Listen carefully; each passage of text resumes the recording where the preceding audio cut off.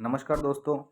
आज हम irritable ball syndrome, जिसे संग्रहणी रोग भी कहा जाता है, यह मुख्यतया 1000 लोगों में से 100 लोगों में यानी कि 10% पॉपुलेशन में यह आसानी से पाया जाता है।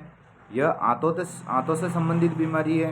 इसमें मरीज को पेट में दर्द बना रहता है या फिर खाना खाते ही लेटरिन आना, गैस बनना, भोजन का नहीं पचना, यह कॉमन बीमारी है और कोविड के बाद में इसको ज़्यादा देखा गया है और अधिकता में हमारे भारत में पाई जाती है। इसका मुख्य कारण एंजाइटी होता है, यानी कि स्ट्रेस, यानी कि दिमागी दबाव। दिमागी दबाव किसी भी प्रकार का हो, इसमें हमारे दिमाग से कुछ हार्मोन ऐसे रिलीज होते हैं जो हमारी आंतों की क्रमानुकुंचन गति, जिसे हम आंतों की गति बोलते हैं, या तो उसे तेज कर देते हैं या फिर उसे कम कर देते हैं।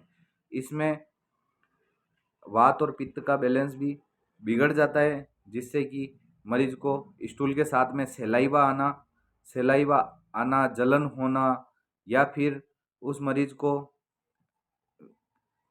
स्टूल बंद के तो आएगा, लेकिन स्टूल बार बार, जैसे खाना खाते से ही, खाना पचने से पहले ही उसको आंतों के द्वारा पास आउट कर दिया जाएगा। इसका सबसे अच्छा इलाज है कि साइकोथेरेपी के द्वारा, साइकोथेरेपिस्ट से सलाह लेकर और साइकोथेरेपिस्ट के द्वारा साइकोथेरेपी की जाती है, जिसके द्वारा भी मरीज में काफ़ी सुधार देखा जाता है।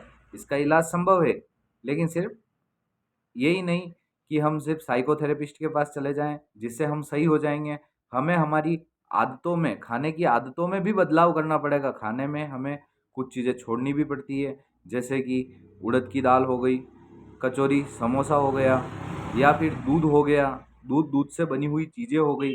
घी तो इसमें एक चम्मच भी नहीं खाया जाता है, जिससे कि हमारी आंतों में दूध का और उड़द की दाल से प्रोटीन वगैरह का संश्लेषण थोड़ा कम हो जाता है, या फिर उड़द की दाल की गर्मी की वजह से उस पेशेंट की आंतें बैलेंस नहीं हो पाती है, उसकी आंतरिक गर्मी और बढ़ जाती है, जिससे कि यह बीमारी सही नहीं होती है इलाज लेने के बावजूद भी। इसमें हम खाने में कई चीज़ें चालू कर सकते हैं, जैसे कि मूंग की दाल हो गई, हल्का खाना हो गया, छाछ हो गई, ब्राउन राइस हो गए, मसालेदार चीज़ों को भी अवॉइड कर सकते हैं। हरी सब्जियां हो गई, बादाम हो गई, फ्रूट्स हो गए, खीरा ककड़ी हो गई, सलाद ले सकते हैं भूखे पेट, जिससे कि हमारी आंतों में यह सोल्यूबल फाइबर्स इनमें ज़्यादा होते हैं, जिससे कि मरीज इनको सुपाच्य होते हैं, ये खाने जो खाने में पचने में आसानी होती है।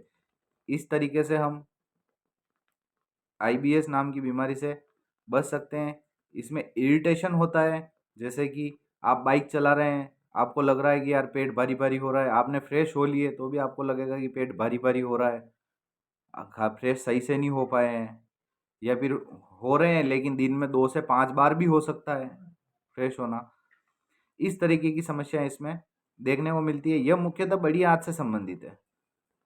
हमारे स्टूल में चिकनापन बना रहता है, झाग तक आते हैं, वात बैलेंस नहीं हो पाता है। इसलिए आप अपने खाने में सुधार करके और साइकोथेरेपी की मदद से इस बीमारी को अच्छे से ठीक कर सकते हैं। और कई तरीके होते हैं इसके। आप किसी आयुर्वेदिक डॉक्टर से भी कंसल्ट कर सकते हैं, आप एलोपैथिक डॉक्टर से भी कंसल्ट कर सकते हैं, एमडी से भी कंसल्ट कर सकते हैं किसी से। बाकी यह बीमारी ऐसा नहीं है कि इसका इलाज संभव नहीं है, इसका इलाज संभव है। स्ट्रेस नहीं ले किसी प्रकार का। और अगर आपको कुछ लगता है तो आप मुझे कमेंट में मेंशन कर दीजिए। मैं आपको इस बीमारी से संबंधित और भी जानकारी जो आपको ज़रूरत लगेगी उस हिसाब से आपको सजेस्ट कर दूंगा। आप इसको लेके एंजाइटी नहीं लें, स्ट्रेस नहीं लें, नहीं तो यह बीमारी और भी बढ़ती है, जिससे आपको आगे भविष्य में, फ्यूचर में और ज़्यादा समस्या हो। कभी कभी ब्लड भी जाता है इसमें लेटरिन के साथ में, क्योंकि अंदर अल्सरेशन वगैरह में भी पॉसिबल, अगर इंटरनल एनवायरनमेंट ही सही नहीं है तो प्रॉब्लम होती है। लेकिन ऐसा नहीं है कि इसका इलाज संभव नहीं है, इसका इलाज संभव है। आप सही हो सकते हैं। आपको बस एक सही गाइडेंस की ज़रूरत है, जो मैं आपको प्रोवाइड कर रहा हूँ। आपको अगर इसमें कोई त्रुटि लगे तो भी आप मुझे बोलिए कि हाँ, कि आपसे भैया इस जगह गलती हुई है, तो मैं उसको सुधार कर लूँगा। ठीक है। Thank you. आप इस चैनल को सब्सक्राइब करें, फॉलो करें और बेल आइकन को प्रेस करें। Thank you.